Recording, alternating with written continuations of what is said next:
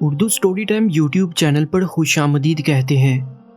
ایک بار کا واقعہ ہے کہ ایک بادشاہ کے دل میں یہ خیال آیا کہ کتنا اچھا ہو اگر مجھے یہ معلوم ہو جایا کرے کہ صحیح کام کرنے کا صحیح وقت کیا ہے، وہ کون لوگ ہیں جن کی مجھے سخت ضرورت ہے، اور وہ کون سے معاملات ہیں جن پر فوری توجہ دینی چاہیے۔ دل میں خیال آتے ہی بادشاہ نے اپنی پوری سلطنت میں اعلان کرا دیا کہ جو شخص بادشاہ کے ان 3 سوالوں کے مطمئن کر دینے والے جواب دے گا اس کو انعام و کرام سے مالا مال کر دیا جائے گا۔ سلطنت کے بڑے بڑے عالم و فاضل، شاعر و ادیب، فلسفی اور ذہین و عقل مند لوگ بادشاہ کی خدمت میں اپنے اپنے جواب لے کر حاضر ہوئے، لیکن کوئی بھی شخص بادشاہ کو اپنے جوابات سے مطمئن نہ کر سکا۔ آخرکار بادشاہ نے طے کیا کہ وہ اس بزرگ درویش کی خدمت میں حاضری دے گا جو ایک سنسان جنگل میں رہتا ہے اور صرف عام آدمیوں سے ہی ملاقات کرتا ہے۔ بادشاہ نے اس درویش سے ملاقات کرنے کی غرض سے عام آدمیوں والے کپڑے پہنے اور اس کی معمولی سی جھونپڑی سے کچھ دور ہی اپنے گھوڑے سے اتر پڑا اور اپنے سپاہیوں کو چھوڑ کر اس سے ملنے کے لیے اکیلے چل دیا۔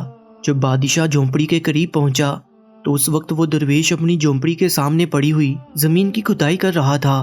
بادشاہ کو دیکھتے ہی اس نے اپنی عادت کے مطابق پہلے سلام کیا اور پھر وہ اپنے کام میں مصروف ہو گیا۔ بادشاہ نے درویش کی خدمت میں بڑے ادب سے عرض کیا، اے بزرگ درویش، میں آپ کے پاس اپنے 3 سوالوں کے جواب لینے آیا ہوں، اور وہ یہ ہے، صحیح کام کرنے کا صحیح وقت کیا ہے، وہ کون لوگ ہیں جن کی مجھے بہت سخت ضرورت ہے، اور وہ کون سے معاملات ہیں جن پر فوری توجہ دینی چاہیے۔ درویش نے بادشاہ کے تینوں سوال بہت غور سے سنے لیکن کوئی جواب نہ دیا، بلکہ پھر زمین کھودنا شروع کر دیا۔ آپ تھک گئے ہوں گے، لائیے اوزار مجھے دیجیے، تھوڑی دیر آپ کا کام میں کروں گا۔ بادشاہ نے درویش سے اوزار لیتے ہوئے کہا، شکریہ۔ درویش نے یہ کہہ کر اوزار بادشاہ کو دیا اور خود زمین پر بیٹھ گیا۔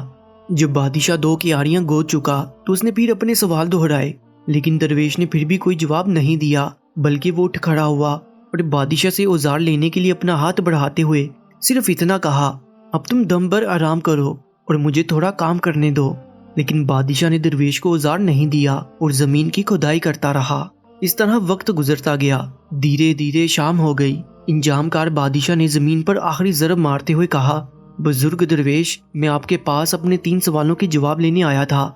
اگر آپ میرے سوالوں کے جواب نہیں دے سکتے تو کہہ دیجئے تاکہ میں اپنے گھر لوٹ جاؤں۔ بادشاہ نے جواب دینے کی بجائے پیچھے مڑ کر دیکھا اور وہ بولے، دیکھو کوئی آدمی ادھر ہی بھاگا ہوا آ رہا ہے، آؤ دیکھیں وہ کون ہے۔ بادشاہ نے اپنے پیچھے مڑ کر دیکھا، ایک آدمی جنگل سے جھونپڑی کی طرف بھاگا آ رہا ہے۔ وہ شخص اپنے ہاتھوں سے اپنا پیٹ دبائے ہوئے ہے اور خون اس کے ہاتھ کے نیچے سے بہہ رہا ہے۔ جھونپڑی کے قریب آ کر وہ شخص کراہتا ہوا بادشاہ کے پاس آیا اور زمین پر گر کر بے ہوش ہو گیا۔ بادشاہ اور درویش نے اس آدمی کے زخم کو غور سے دیکھا۔ بادشاہ نے جہاں تک ہو سکا اس کے زخم کو اچھی طرح صاف کیا اور اس پر اپنے رومال سے پٹی باندھی۔ بڑی مشکل سے اس کا خون بہنا بند ہوا۔ اب سورج ڈوب چکا تھا، ٹھنڈک بھی بڑھ چکی تھی، اس لیے بادشاہ نے درویش کی مدد سے زخمی کو جھونپڑے کے اندر پہنچا دیا اور اس کو چارپائی پر لٹا دیا۔ کچھ دیر کے بعد وہ زخمی شخص سو گیا۔ بادشاہ بھی دن بھر کی دوڑ دھوپ اور کام کی وجہ سے اتنا تھک گیا تھا کہ وہ دہلیز پر ہی سو گیا۔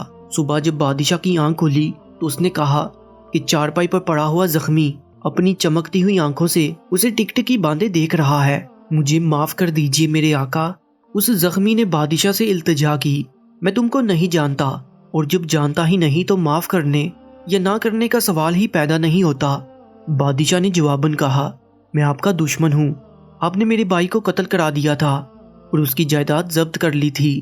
میں نے عہد کیا تھا کہ میں آپ کو قتل کر دوں گا۔ آج مجھے معلوم ہوا کہ آپ درویش سے اکیلے ملنے گئے ہیں، تو میں نے طے کیا کہ آپ جب واپس لوٹیں گے تو میں آپ کو راستے میں ہی قتل کر دوں گا۔ لیکن پورا دن گزر گیا اور آپ واپس نہیں لوٹے، تو میں آپ کا پتہ لگانے کے لیے اپنے ٹھکانے سے باہر آیا۔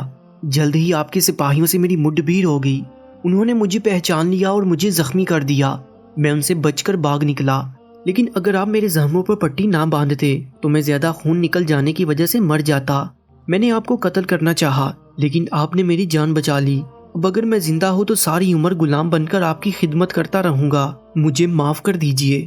بادشاہ دشمن سے اتنی آسانی سے صلح کر کے اور اسے دوست بنا کر بہت خوش ہوا۔ اس نے اس کو معاف ہی نہیں کیا بلکہ اس سے یہ بھی کہا، میں اپنے خادموں اور شاہی طبیب کو تمہاری دیکھ بھال اور علاج کے لیے بھیج دوں گا اور تمہاری جائیداد بھی واپس کر دوں گا۔